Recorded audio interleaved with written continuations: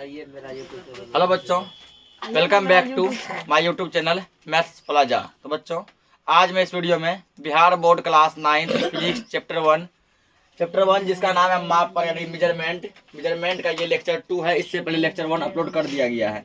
यदि आप लोग उसको नहीं देखे हैं देख लीजिएगा। ये आज हमारा लेक्चर दूसरा है, लेक्चर 2।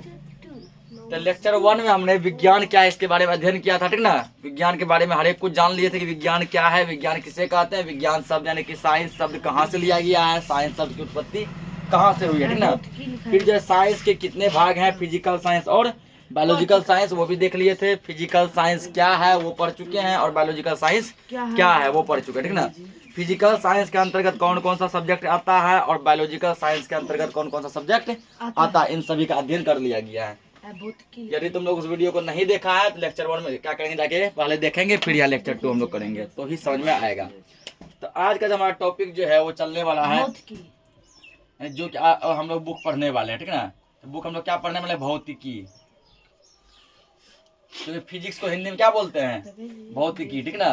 इसका इंग्लिश क्या होता है, फिजिक्स।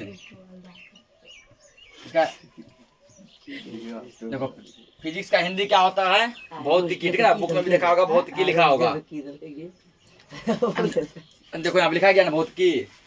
कुछ बुक क्या कर रहा है, हिंदी नाम लिख के जैसे क्या लिखा गया भौतिकी, ठीक ना। और कुछ बुक क्या करेगा, इंग्लिश नाम लिख के फिजिक्स। जैसे आलोक का बुक तुमको इंग्लिश में लिख के देगा फिजिक्स। तो भौतिकी जिसको इंग्लिश में फिजिक्स कहते हैं, और हम लोग फिजिक्स पढ़ रहे हैं। तो आज हम लोग फिजिक्स के बारे में संपूर्ण जानकारी जानेंगे कि फिजिक्स क्या है, फिजिक्स शब्द का उत्पत्ति कहाँ से हुआ है, ठीक ना। उसके बाद जो है इसका अर्थ क्या होता है। तो देखो, ग्रीक भाषा का एक शब्द है, ग्रीक भाषा का एक शब्द है, जो शब्द है फ्यूसिस। क्या है, फ्यूसिस, ठीक ना। ग्रीक भाषा का एक शब्द है फ्यूसिस। इसी ग्रीक भाषा का क्या एक शब्द है, फ्यूसिस। इसी फ्यूसिस से लिया गया फिजिक्स। हल्ला मत करो, जिसको नहीं समझना घर जाओ, ठीक ना। ग्रीक भाषा का एक शब्द है, जैसे हमारा हिंदी एक भाषा है ना, अंग्रेजी एक भाषा है, उसी तरह ग्रीक क्या है, ग्रीक एक भाषा है। ग्रीक क्या एक भाषा है ना, ग्रीक भाषा।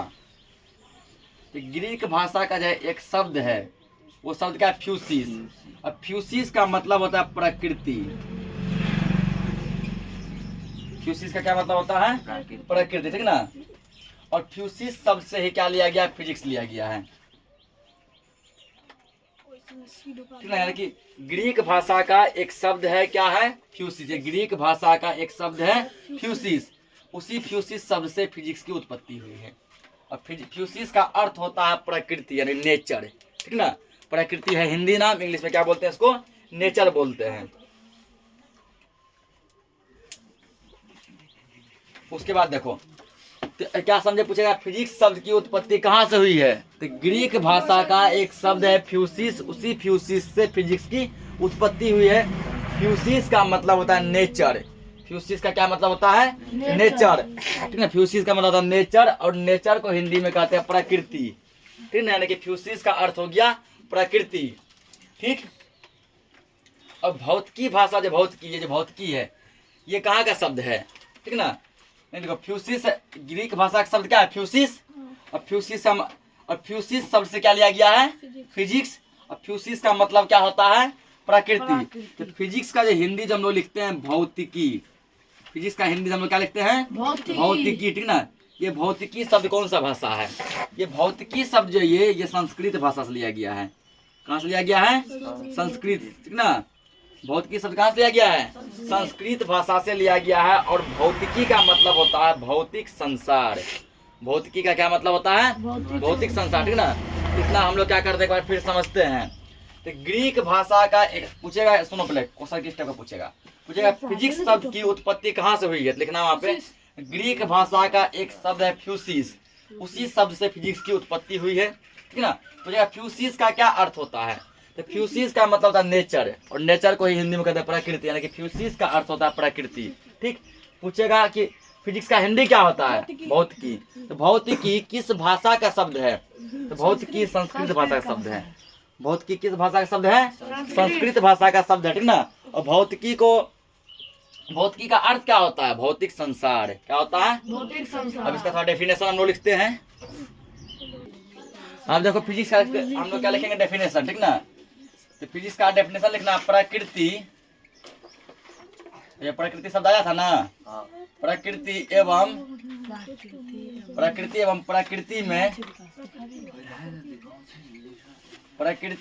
प्रकृति में घटने वाली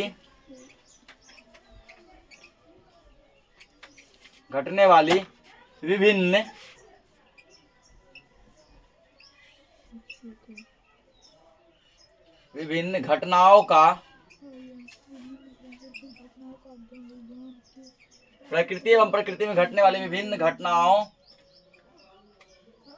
का अध्ययन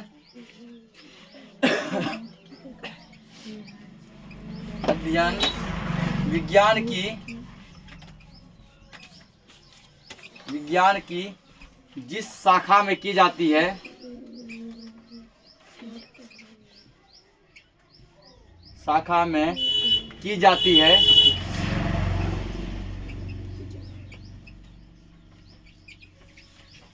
उसे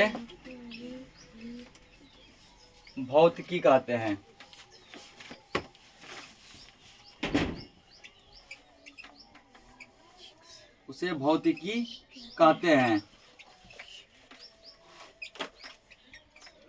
तो पूछेगा भौतिकी किसे कहते हैं, फिजिक्स किसे कहते हैं, ठीक ना। तो प्रकृति एवं प्रकृति में घटने वाली विभिन्न घटनाओं का अध्ययन विज्ञान की जिस शाखा में की जाती है उसे भौतिकी कहते हैं, ठीक ना। तो प्रकृति का मतलब होता है पूरा संसार यानी दुनिया। प्रकृति मतलब क्या हो गया, दुनिया, संसार, ठीक ना। पूरे दुनिया में जिन जिन चीजों का हम लोग अध्ययन करते हैं वो सभी किसके अंदर आता है, फिजिक्स के अंदर आता है, ठीक ना। जैसे मान के चलो कि पृथ्वी सूर्य के चारों तरफ चक्कर लगाते हैं, ये घटना फिजिक्स के अंदर आएगा, ठीक। मान लो ज्वालामुखी का फटना क्यों फट गया, फिजिक्स के अंदर आएगा, ठीक ना। तारे क्यों टिमटिमाते हैं, फिजिक्स के अंदर आएगा। पूरे प्रकृति पूरा दुनिया में पूरा संसार में जो जो प्राकृतिक घटनाएं घटती है, ठीक ना। भूकंप आया तो क्यों आया, ठीक, भूकंप आया तो क्यों आया। चंद्र ग्रहण लगता है क्यों लगता है, सूर्य ग्रहण लगता है क्यों लगता है, ठीक ना। यानी कि पूरे प्रकृति में पूरे दुनिया में जो है जिन जिन प्राकृतिक घटनाओं का अध्ययन करते हैं, जो सब हम लोग अपने आसपास जो है जो सब घटनाएं देखते हैं, ठीक ना, वो सभी घटना किसके अंदर आता है, फिजिक्स के अंदर आता है। किसके अंदर आता है, फिजिक्स के अंदर आता है। अब देखो हम लोग यहाँ पे क्या करेंगे, कुछ मेन पॉइंट लिखेंगे, ठीक है ना।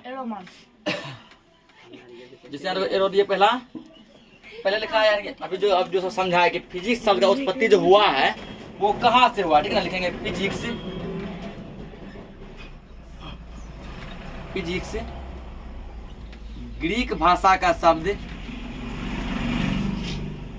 फिजिक्स ग्रीक भाषा का शब्द, फिजिक्स ग्रीक भाषा का शब्द फ्यूसिस, ग्रीक भाषा का शब्द फ्यूसिस का अंग्रेजी लिख लो ब्रैकेट में FUSIS, फ्यूसिस। फिजिक्स ग्रीक भाषा का शब्द फ्यूसिस से लिया गया है, अब पूछेगा फ्यूसिस का अर्थ क्या होता है, ठीक ना। लिखेंगे जिसका अर्थ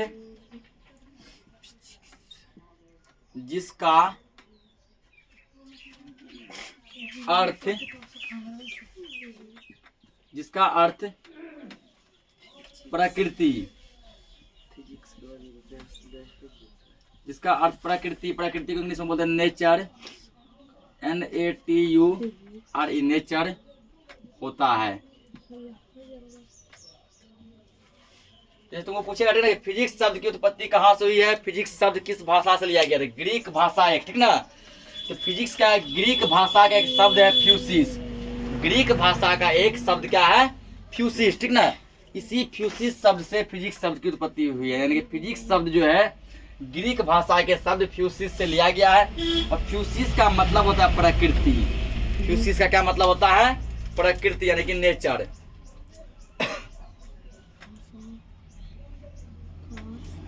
अब पूछेगा कि तो फिजिक्स के बारे में जाने, ठीक ना, यानी कि अंग्रेजी के बारे में जाने। अब फिजिक्स का हिंदी जो होता है वो क्या होता है, भौतिकी। पूछेगा भौतिकी शब्द की उत्पत्ति कहाँ से हुई है, इसका अगला एरो मार के लिखेंगे भौतिकी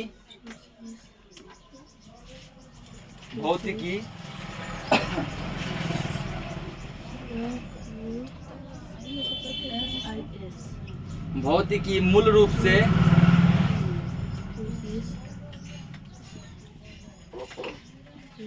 संस्कृत शब्द है जिसका अर्थ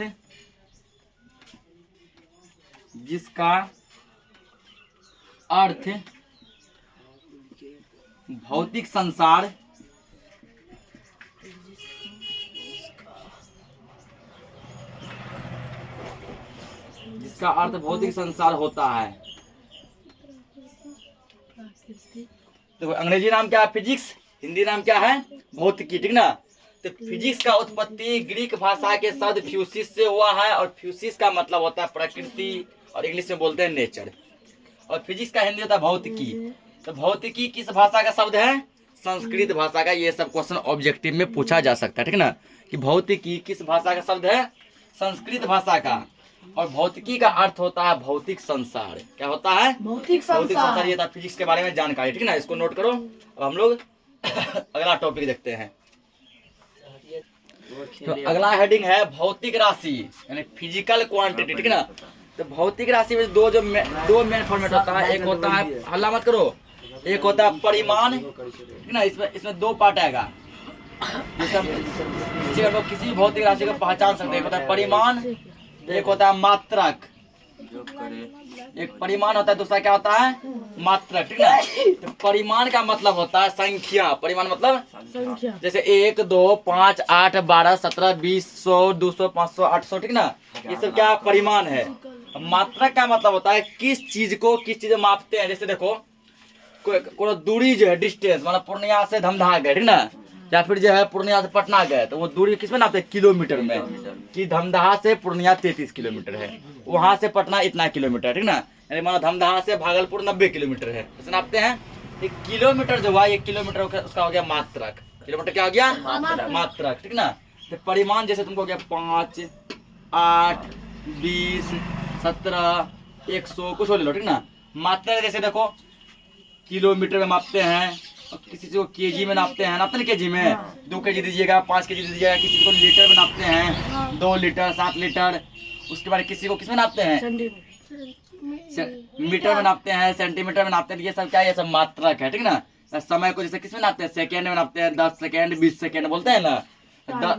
उसके बाद जैसे देखो, कोई कितना लंबा है, मान के चलो इंच में बोलते हैं, फीट में बोलते हैं, ठीक ना। ये सभी क्या है? मात्रक है। तो भौतिक राशि क्या है? ऐसी राशि जिसमें परिमाण और मात्रक दोनों होता है, ठीक ना। ऐसी राशि जिसमें परिमाण और मात्रक दोनों होता है, उसको क्या कहते हैं? भौतिक राशि कहते हैं। परिमाण जैसे मान के चलो असंख्या, जैसे मान के चलो कि 33 किलोमीटर डिस्टेंस है धमदाहा से पूर्णिया का, 33 हो गया परिमाण, किलोमीटर हो गया मात्रक। मान के चलो विकास जो है क्या किया? 10 केजी आलू खरीदा, ठीक ना। 10 हो गया परिमाण, और केजी क्या हो गया? मात्रक। केजी क्या हो गया? मात्रक। जैसे मान के राजा का जो हाइट जो है, ठीक ना, तो राजा का हाइट जैसे मान के चलो 4 फीट है, ये 4 क्या हो गया? परिमाण। फीट क्या हो गया? मात्रक, ठीक ना। समझ गया मात्रक क्या है? परिमाण क्या है? ऐसी राशि जिसमें परिमाण और मात्रक दोनों होते हैं, वो क्या कहलाते हैं? भौतिक राशि कहलाते हैं। और इसका डेफिनेशन लिखेंगे। तो भौतिक राशि क्या समझा दिए हैं, अब इसका लिख दो बस। जो समझा हुआ परिभाषा लिखेंगे। ऐसी राशि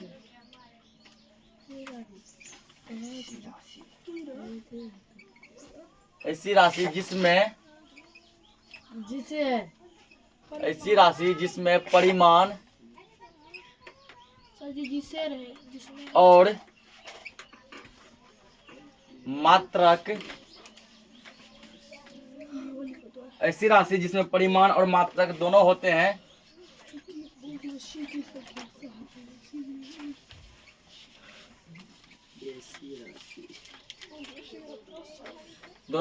भौतिक राशि कहलाते हैं।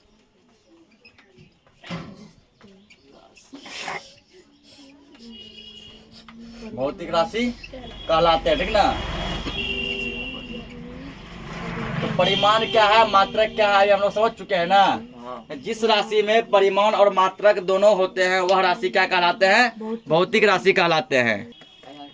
समझ गया, भौतिक राशि किसे कहते हैं, ठीक ना। तो जैसे देखो, जैसे मान लो हो गया लंबाई,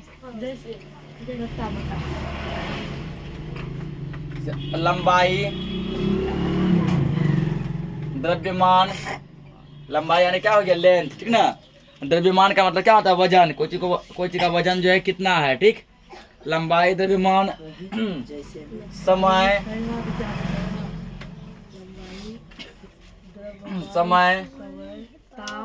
चाल, वेग, बल, ऊर्जा इत्यादि, ये सभी क्या है, ये सब जो है ना भौतिक राशि। क्योंकि सब में जो है क्या है, तो परिमाण और मात्रा दोनों। जैसे लंबाई को मापते हैं हम लोग किसे, मीटर में। 5 मीटर, 10 मीटर, 20 मीटर। 5 हो गया परिमाण, मीटर हो गया मात्रक। द्रव्यमान 5 केजी, 2 केजी, 8 केजी। तो परिमाण और मात्रा दोनों। समय 1 घंटा, 2 घंटा, 5 मिनट, तो दोनों है। उसमें चाल 5 मीटर प्रति सेकेंड, 10 किलोमीटर पर घंटा। बल को नापते हैं न्यूटन में। किसमें नापते हैं, न्यूटन में। 10 न्यूटन, 20 न्यूटन, 12 न्यूटन। अब देखो तो अगला टॉपिक हम लोग पढ़ेंगे कि भौतिक राशि के प्रकार, ठीक ना। कि भौतिक राशि कितने प्रकार के होते हैं, भौतिक राशि कितने प्रकार के होते हैं, ठीक ना। लिखेंगे यहाँ पे भौतिक, हल्ला मत करो, भौतिक राशि के प्रकार। भौतिक राशि के प्रकार की, भौतिक राशि कितने प्रकार के होते हैं, ठीक ना। तो बताओ भौतिक राशि कितने प्रकार के होते हैं। तो भौतिक राशि 2 प्रकार के होते हैं। कितने होते हैं, तो भौतिक राशि 2 प्रकार के होते हैं, ठीक ना।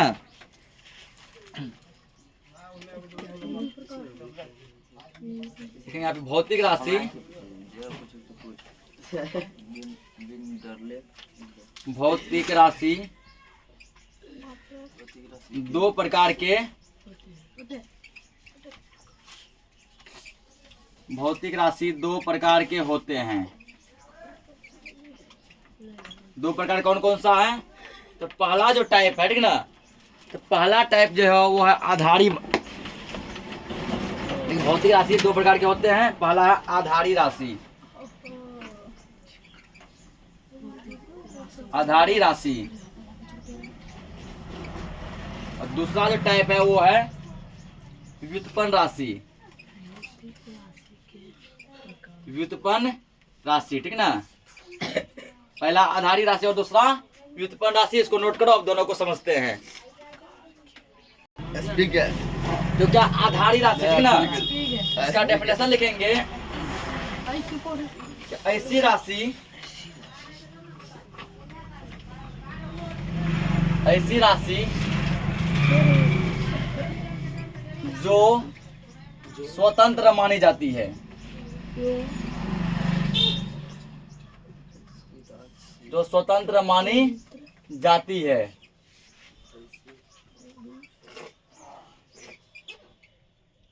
ऐसी राशि जो स्वतंत्र मानी जाती है उसे आधारी राशि कहते हैं।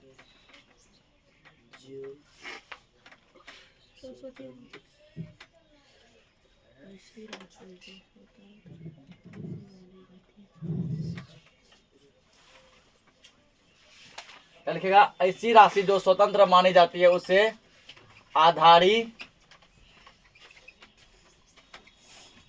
राशि कहते हैं, आधारी राशि कहते हैं। इसका 2 नाम है। आधारी राशि को हम लोग मूल राशि भी कहते हैं, ठीक।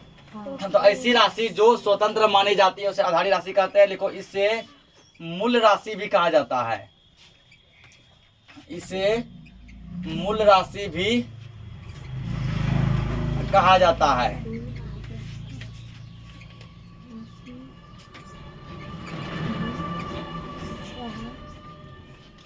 ऐसी राशि जो क्या मानी जाती है, स्वतंत्र मानी जाती है, उसे आधारी राशि कहते हैं। और आधारी राशि को मूल राशि भी कहा जाता है। तो ऐसी राशि जो स्वतंत्र मानी जाती है उसे क्या कहते हैं? आधारी राशि कहते हैं। और जो आधारी राशि का दूसरा नाम क्या है? मूल राशि। क्या तुमको पूछ देगा डेफिनेशन में मूल राशि किसे कहते हैं? यही लिखेंगे, ऐसी राशि जो स्वतंत्र मानी जाती है उसे मूल राशि कहते हैं। मूल पूछा जाता है मूल राशि, ठीक ना। आधारी पूछेगा आप क्या देंगे? आधारी राशि। और एरो मानेंगे या फिर आधारी राशि या मूल राशि, तब ऐसे लिख देंगे। देखो मूल राशियों की संख्या, मूल राशियों की संख्या 7 होती है। मूल राशि संख्या कितनी होती है? 7, ठीक ना। 7 कौन कौन से उसका लिख दो। लंबाई, द्रव्यमान, समय,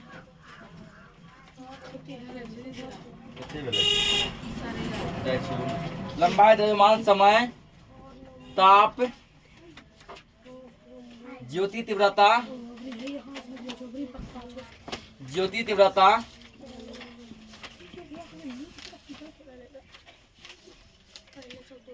ज्योति तीव्रता, ठीक ना। तो ज्योति तीव्रता को जो है किसी किसी बुक में प्रकाश तीव्रता भी लिखता है। ज्योति तीव्रता। अगला लिखेंगे विद्युत धारा,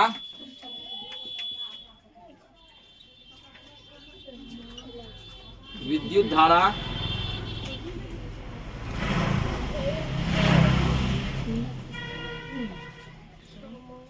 अगला लिखेंगे पदार्थ का द्रव्यमान,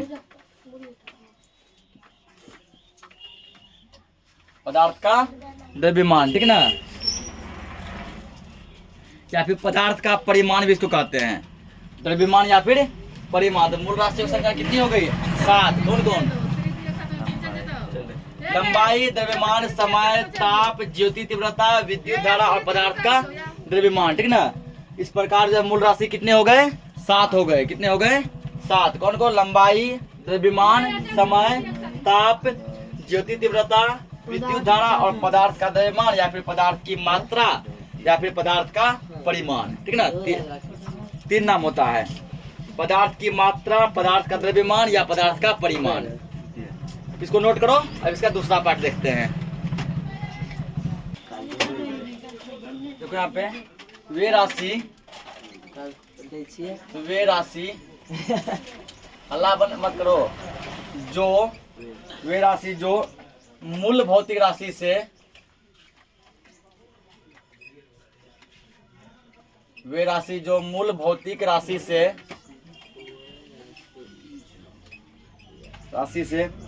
प्राप्त किए जाते हैं, प्राप्त किए जाते हैं,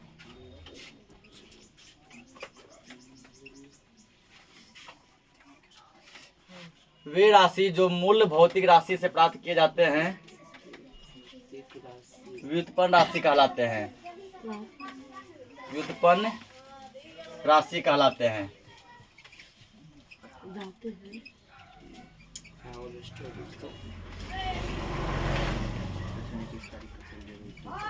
जो क्या देखो अभी हम लोग पढ़े ना मूल राशि, तो जो मूल राशि पे निर्भर करता है वो कहलाता है व्युत्पन्न राशि, ठीक ना।